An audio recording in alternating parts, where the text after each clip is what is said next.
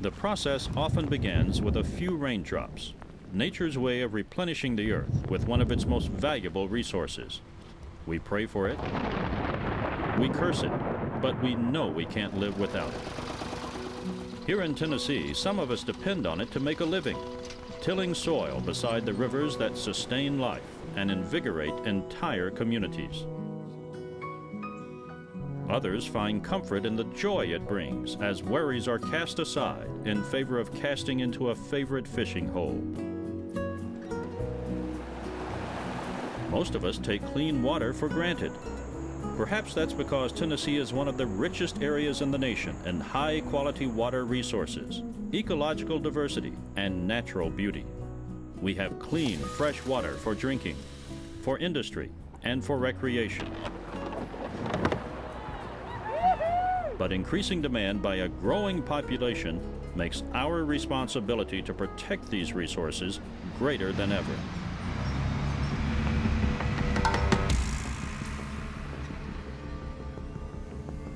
This is especially true with today's ever-expanding construction on previously undeveloped land. As the earth is moved, proper steps are required to protect against the effects caused by the natural process of rainfall. Without taking those precautions, erosion and sedimentation begin. Processes that look small, but over time rob us of our valuable land, leaving scars that are expensive to heal, clogging streams, rivers, and wetlands, and choking the wildlife they support. Before we go any further, let's define erosion and sedimentation. Erosion is the process by which soil is removed from the land surface by running water, wind, or ice. In Tennessee, erosion is primarily caused by stormwater runoff. Sedimentation is the redepositing of eroded soil. Again, stormwater is the main culprit. While a certain amount of erosion and sedimentation is natural and necessary to support life in our streams and lakes, too often the amounts are out of balance. For example, the Hatchie River in West Tennessee is so clogged from erosion that some of its twists and turns have actually been cut off by increasing amounts of sediment piled up over time, creating what is known as oxbow lakes, separate bodies of water that are replenished when the river floods. When the Hatchie and other bodies of water run muddy, vegetation for aquatic life is smothered and habitats are destroyed. This is especially critical in Tennessee, where we find endangered fish and mussels that make their homes in stream bottoms and depend on clear water for life. In fact, 61 aquatic species found in Tennessee are threatened if today's pollution levels continue. The loss of even one species would have an impact on our ecosystem. Just as surprising, almost 4,000 miles of streams and rivers and 3,000 acres of lakes in Tennessee are listed as impacted due to sedimentation. This is not a problem for the future. It is here today. When it rains on vegetated areas, a large portion of the water is either absorbed or eventually evaporated. Some of the water from rainfall soaks into the ground, where it's taken up by plant roots or collected as groundwater. The vegetation slows the travel of water so that it can soak in. The portion that runs off as stormwater is slowed so much that very little erosion occurs. On a construction site, different forces are set into motion that can create serious problems. When rain falls, it dislodges soil in very small amounts. The movement of these particles, caused by the impact of rain on the ground, is called splash erosion. Its effects are deceiving until you discover that 1 inch of rain falling on 1 acre has a total weight of about 108 tons.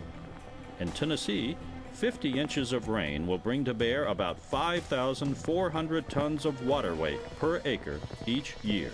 The soil particles dislodged by the splash erosion become part of a layer of soil that is removed by overland sheet flow, or sheet erosion. From sheet flow, water quickly concentrates into streams, forming rivulets. These rivulets carve small grooves into the land.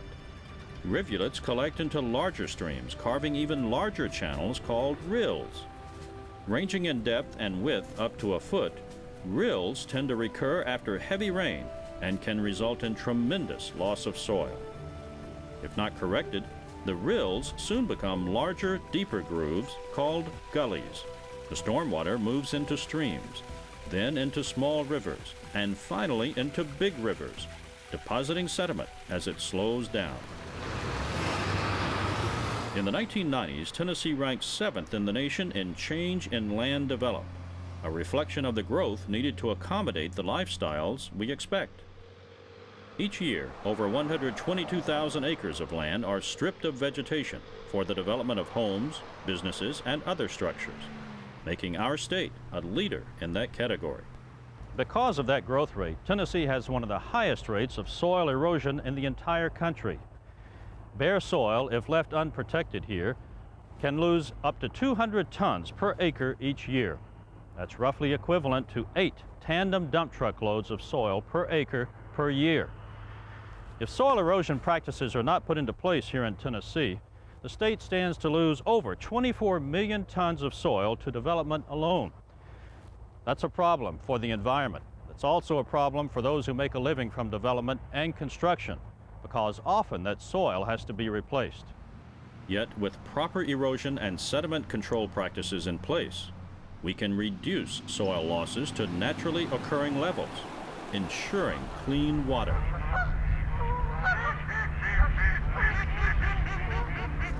Reelfoot Lake in West Tennessee is one of the greatest hunting and fishing preserves in the nation.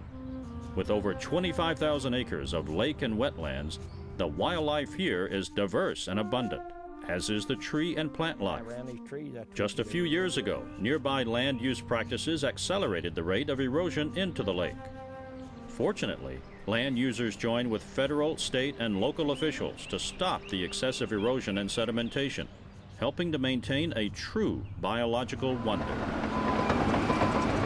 Whether we're talking about construction projects or riverbank erosion, a permanent vegetative cover for the soil is often the best solution. Here at Shelby Bottoms near downtown Nashville, erosion was a chronic problem along this 1-mile stretch of the Cumberland River. Because of a constant undercut caused by current erosion, 5 acres of land and over 3,000 trees had been lost, with more to follow unless changes were made. This area had been decimated, so it was raw land. The trees had fallen, erosion had taken all the grass away. Gary Moody and his construction company worked with the Corps of Engineers to take riverbank soil exposed to the elements and created a vegetated multi-level retaining wall system. We dissected the slope, depending on the length of it, into 2 and 3 and 4 areas, and trenched those areas and planted vegetation that's deeply rooted and that colonizes an area and is capable of reproducing itself, and then kept it watered that first important year. To guard against the active erosion caused by the river current and tow, as well as waves from commercial and recreational boat traffic, a biodiversified plant structure was created. It would act as permanent erosion protection, a living erosion control structure. It's habitat. It's riparian habitat at its thickest and best, and it can sustain a lot of life through this area. To Gary Moody, such erosion protection should be the norm, not the exception. In today's world, with the products and the tools that we have, there is no reason whatsoever to contaminate any creek or river today from construction activities and that type of thing. Here's another innovative way of handling soil erosion. This is a wetland full of aquatic life. Now, you might think we're near some picturesque river or in some other beautiful area of the state of Tennessee, but we're actually at a landfill, the Williamson County landfill. There's a lot of elevation on this hill. Where Operations Manager Louis Bumpus is known as much for his innovative conservation methods as his landfill management. But we're using erosion techniques that are the latest of the state of art. The evidence is scattered across the landfill's 400 acres, from constructed wetlands to retention ponds, flex-mat gabions, dirt face gabions, super strong silt fencing, the use of mulch as water diversion berms, and a self-styled aqueduct for water runoff. The landfill also makes use of the more common techniques like check dams, geotextiles, riprap, coir rolls, and of course, vegetative cover. As a result, Arkansas Creek, which runs through the landfill, contains over 50 different kinds of invertebrates and 26 species of fish. Bumpus says it's all a part of working with Mother Nature. If you'll do anything to enhance nature, she'll take it over, she'll heal it just like it. Here's an example of how Bumpus decided to handle water runoff from about 30 acres of the landfill. Stormwater flow down a hillside is slowed by thick vegetation. Near the bottom, it meets coir rolls and a permanent type of check dam made from a flex mac gabion. This helps control the water's velocity. Silt is caught while the water moves slowly through the gabion. From there, the water flows into a retention pond, which will be stocked with fish one day, and then, well, we should let Bumpus take it from here. Well, see, the water basically comes down this spillway here. It goes into a stilling basin. It goes off the waterfall, hits a splatter block, into another stilling basin, over a waterfall, another splatter block, another stilling basin, up over at the waterfall and out to the Reno mattress and spreads the water out. And by the time it goes through these 3 stilling basins, the water comes out as just, it has no velocity whatsoever.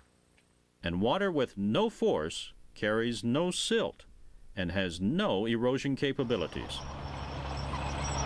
At another part of the landfill, tractors provide dirt cover for an area that will soon catch stormwater runoff while providing a bit of recreation. And this is where we'll start building the golf course. And this will take all the stormwater through this pipe and truck it down there. Yes, a golf course over the landfill. Another project just beginning is a 4-stage wetland. Look at the nut bush already coming up there. Nut bush, cattails and all, take and clean up stormwater. So you're enhancing the creeks. With all his creative erosion control ideas, it's no wonder Louis Bumpus is considered an award-winning conservationist. Working with what nature provides through the creative implementation of stormwater controls, he makes sure that whatever water runs from or through the landfill carries no silt once it leaves the property.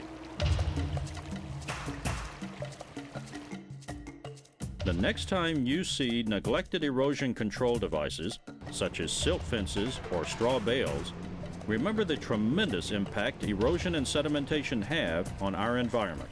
With over 100,000 acres of new land being developed every year in Tennessee, we're in danger of losing up to 200 tons of soil per acre each year if proper erosion controls are not used. The soil from a construction site that washes out into the street during a heavy rain doesn't stay there. It flows into a creek, and the creek into rivers, literally changing their courses at times, killing vegetation and aquatic life.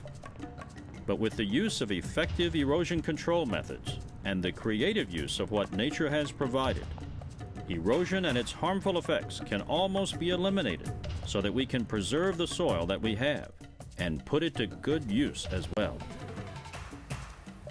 The process begins with tiny raindrops, but it also begins with you.